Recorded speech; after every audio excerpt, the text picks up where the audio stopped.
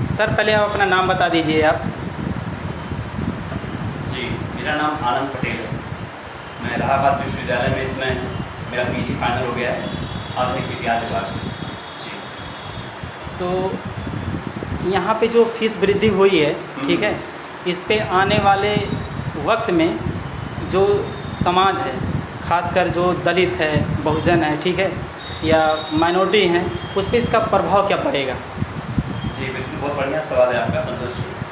देखिए, फीस वृद्धि का जो मुद्दा है, हालांकि मैं इतिहास का छात्र रहा हूँ और मैं इतिहास मेरा बहुत ही पसंदीदा विषय रहा है।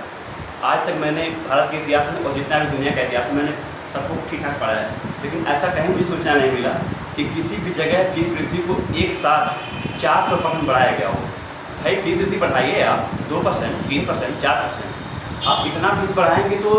और इलाहाबाद विश्वविद्यालय का जो एक पृष्ठभूमि रहा है, यहाँ पर पूरा बिहार, उत्तर प्रदेश, पूर्वांचल, झारखंड, ये यहाँ के लगभग ऐसा माहौल है कि इलाहाबाद विश्वविद्यालय में पढ़ने वाले सभी छात्रों की संख्या अगर देखा जाए, ठीक है, नियर अबाउट यहाँ पर 35,000 बच्चे इसमें पढ़ते हैं, ठीक है, मेन कैंपस में 35,000 बच्चे। उसमें से अगर आंकड़ा निकालें तो कम से कम 85% बच्चे ऐसे हैं जो पिछड़े तबके से आते हैं, जिनकी आर्थिक स्थिति बहुत कमज़ोर है, ठीक है।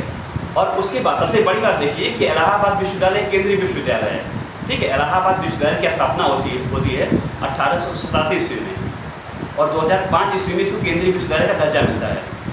और केंद्रीय विश्वविद्यालय का दर्जा मिलते ही यूजीसी के द्वारा इसको फंडिंग होती है, और इतना फंडिंग होने के बावजूद हर साल प्रति वर्ष कम से कम 300 करोड़, 350 करोड़ रुपए, 400 करोड़ रुपए इतनी फंडिंग होती है। उसके बावजूद ऐसे क्या आवश्यकता आन पड़ी कि यहाँ पर इतना फीस बढ़ाया गया? अच्छा, इतने पैसे जाते कहाँ हैं जो आते? आपका बहुत बढ़िया सवाल है, मैं उसी सवाल पे आने वाला था। ये जो पैसे आते हैं, इतने सारे पैसे, अगर इलाहाबाद विश्वविद्यालय चाहे तो इलाहाबाद विश्वविद्यालय को जैसे एक दर्जा मिला हुआ था पहले कि ये पूरब का ऑक्सफोर्ड है, तो वाकई इसको ऑक्सफोर्ड जैसा बनाया जा सकता था। लेकिन ऐसा क्यों है? हम सिर्फ अपने आप को दिखाने के लिए इतिहास का सहारा लेते हैं। ऐसा इसलिए है कि यहाँ पे जो फंडिंग पैसे आते हैं यूजीसी के द्वारा, वो सारे पैसे वापस कर दिए जाते हैं, ये बोल के कि हमारे यहाँ कोई काम नहीं है, ठीक है। जो कि आप जब जाएंगे विश्वविद्यालय कैंपस में, आर्ट फैकल्टी हो या फिर साइंस फैकल्टी हो या कॉमर्स फैकल्टी हो, लॉ फैकल्टी हो, यहाँ की सारी जो बिल्डिंग्स हैं, सारी इमारतें पूरा खंडहर हो चुकी हैं, ठीक है। विश्वविद्यालय में आप जाएंगे, जगह जगह पे घास पड़े हुए हैं, जंगल बन गए हैं विश्वविद्यालय में। न तो विश्वविद्यालय के विभाग में शिक्षक हैं, ठीक है, न तो आपके सही तरह से सोच की व्यवस्था है, तो विश्वविद्यालय कहाँ से आगे बढ़ेगा? और आप ऊपर से इतना फीस बढ़ा रहे हैं, ये फीस का दबाव किस पे जाएगा? छात्रों पे जाएगा, आम छात्रों पे जाएगा, जो पिछड़े तबके के बच्चे हैं उन पे जाएगा, जिनकी आर्थिक स्थिति कमजोर है उन पे जाएगा। तो कहीं न कहीं इसका मतलब ये हो रहा है कि आप पिछड़े बच्चे जो हैं, जो पिछड़े समाज से आ रहे हैं, आप उनको शिक्षा से वंचित कर रहे हैं। भाई भारतीय संविधान में लिखा गया साफ शब्दों में कि जो पिछड़े हैं, जो शोषित हैं, जो वंचित हैं, उनको आप शैक्षिक धारा में लाइए। डेमोक्रेसी का मतलब यही होता है कि समाज में जो पिछड़े से पिछड़े हिस्से में लाइन में बैठा बच्चा है, उसको आप आगे वाली पंक्ति में लाइए, ये होती डेमोक्रेसी। लेकिन यहाँ की जो पॉलिसी अभी तक हमने देखी है, ठीक ना, तो हमें तो नहीं लगता कि इस तरह से पॉलिसी ये लोग करना चाह रहे हैं कि मतलब यहाँ के जो पिछड़े हैं, दलित हैं, उन्हें शिक्षा का अधिकार दिया जाए, उन्हें पढ़ाया जाए। क्योंकि दो चीज़ें हैं इस देश में, शिक्षा और रोज़गार, सबका हक है, ठीक है, जो नहीं मिल रहा है। ये आपको भी पता है, हमें भी पता है।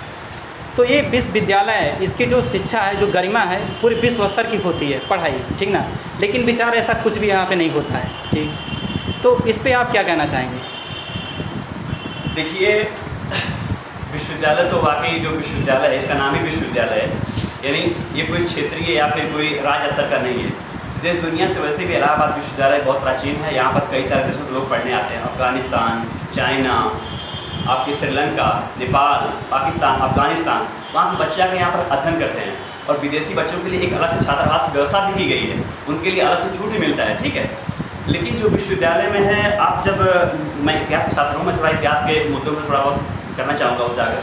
ठीक आप बोल सकते हैं। जी बिल्कुल। जैसे यूरोप महाद्वीप में बहुत सारे देश हैं, जैसे डेनमार्क हो गया, स्वीडन, फिनलैंड, नॉर्वे, वहाँ की जो उच्च शिक्षा व्यवस्था है तो फ्री कर दी गई है, ठीक है। अब वहाँ के विद्यार्थी स्वाभाविक तो उनका सर्वांगीण विकास बहुत व्यापक स्तर पर होगा। और एक इलाहाबाद विश्वविद्यालय है, ठीक है, जिसका बहुत ही प्राचीन दर्जा है, बहुत ही विश्वविख्यात है। लेकिन आज यहाँ पर फीस वृद्धि करके आप ये बताना चाह रहे हैं कि जो संभ्रांत परिवार से लोग आते हैं, ठीक है, जो एक तरह से आते हैं, जो संपन्न हैं, इसका इसका मतलब ये हो रहा है कि जब इतना फीस बढ़ जाएगा, स्वाभाविक है वही लोग पढ़ पाएंगे।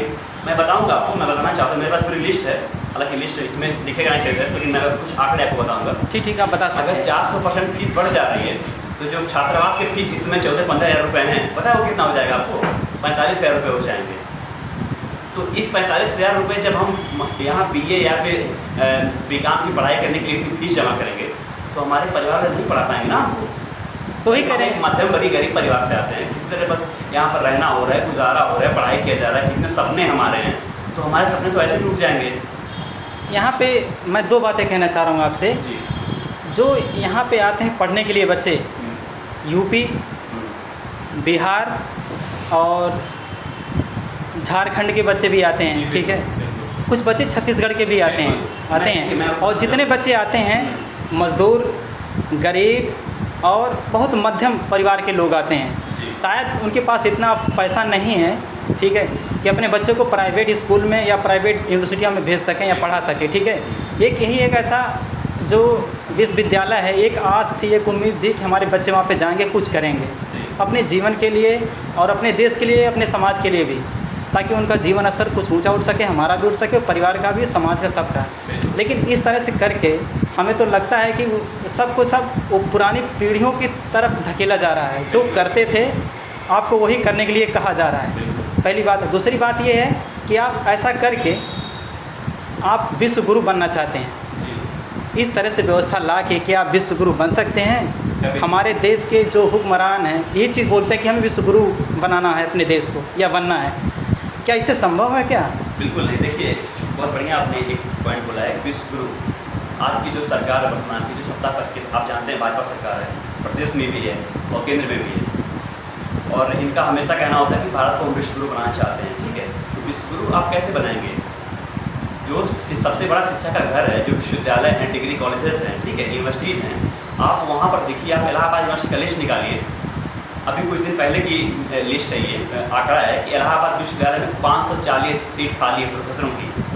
अब बताइए, जिस विभाग में मैं इतिहास विभाग का छात्र रहा हूँ इलाहाबाद विश्वविद्यालय में, मेरा यहाँ से UG PG हुआ है, लेकिन BA करने के दौरान मुझे एक भी जो प्रोफेसर होते हैं उनके द्वारा मुझे कभी भी कक्षाएँ करने को नहीं मिली, ठीक है। आप सोच लीजिए, इलाहाबाद विश्वविद्यालय इतना अच्छा विश्वविद्यालय, इसका इतिहास रहा है, और इस विद्यालय में अध्ययन करने के दौरान मुझे, जब मैं BA में यहाँ 3 साल पढ़ा, मुझे कोई भी ऐसा नहीं मिला जो प्रोफेसर रहा हो जिसने मेरी क्लास ली हो, ठीक है, कक्षाओं के दौरान। और आप जब आप PG में आइए तो आपको बस कुछ जो नाम मात्र प्रोफेसर होते हैं, गिनो चुने, वो प्रोफेसर रहते हैं, यानी पूरी सीट खाली है।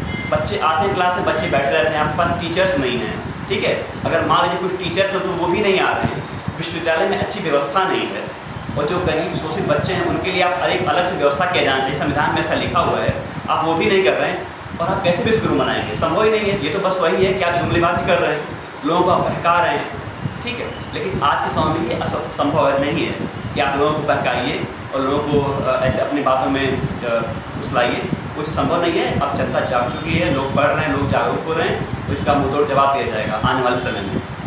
लेकिन ये दौर ऐसा चल रहा है, यहाँ डर का माहौल ऐसा बना दिया जा रहा है कि आप अगर कुछ भी बोलते हैं, चाहे संवैधानिक ही तरीके से बोल लेंगे, आपके ऊपर केस कर दिया जाएगा और आपको जेल में डाल दिया जाएगा, या आपको सर्विस कर रहे तो आपको सर्विस से निकाल दिया जाएगा। एक एग्जांपल मैं आपको दे रहा हूँ, मिथिलेश गौतम करके हैं, वाराणसी में, मुझे स्कूल का नाम नहीं याद आ रहा है, वहाँ पे उन्हें निकाल दिया गया है एक टिप्पणी की वजह से।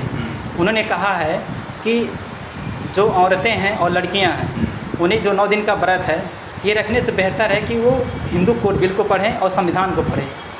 उन्हें अपने हक और अधिकार के लिए लड़ने के, बोलने का एक ताकत मिलेगी और एक शक्ति मिलेगी, और ये सब चीज़ों से अगर वो दूर रहें तो बेहतर है। कुछ इस तरह से उन्होंने टिप्पणी किया था और उन्हें नौकरी से बर्खास्त कर दिया गया है। तो एक होता अम्बेडकरवाद और एक थे अम्बेडकर। तो क्या जितनी नफरत लोग अम्बेडकर से करते थे, क्या उतना ही नफरत अम्बेडकरवाद से भी करते हैं?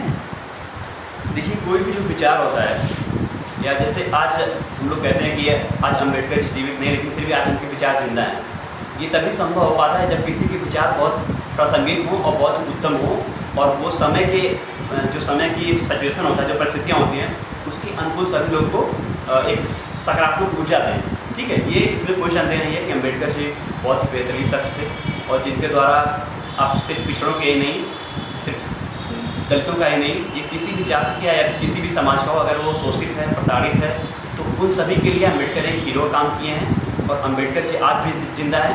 जैसे आपने अभी एक नाम लिया, क्या नाम बताया आपने जो बनारस के भाई साहब? मिथिलेश गौतम। मिथिलेश जी। तो देखिए किसी की टिप्पणी क्या हो सकती है, वो व्यक्तिगत टिप्पणी होती है, लेकिन जैसा कि आपने बताया कि उन्होंने कहा कि नवरात्रि में जो लड़कियां व्रत रहती हैं उसको अगर छोड़ दें पीछे और अपने आप को थोड़ा जागरूक करें, ये बहुत अच्छी बात है, ऐसा होना चाहिए। और इसमें कोई ये इशू नहीं होना चाहिए कि आप किसी को अगर कोई टिप्पणी कर रहा है या फिर कोई बता रहा है आपको, आप उसके ऊपर केस कर दीजिए, ऐसी कोई बात नहीं होनी चाहिए। और ये बहुत अच्छी बात है कि आपको अपने बारे में, अपने समाज के बारे में, अपने संविधान के बारे में, अपने देश के बारे में, अपने राष्ट्र के बारे में, अपने लोगों के बारे में, आपके देश के निर्माण में कौन सहयोगी कारक हैं, आपके देश को कौन बर्बाद करना चाह रहे हैं, ऐसे लोगों को आप जानिए। ये जानना हमारा और आपका काम है। जब हम और आप इसको जानेंगे तभी तो हम और आप अच्छे से काम करेंगे देश के लिए। जी।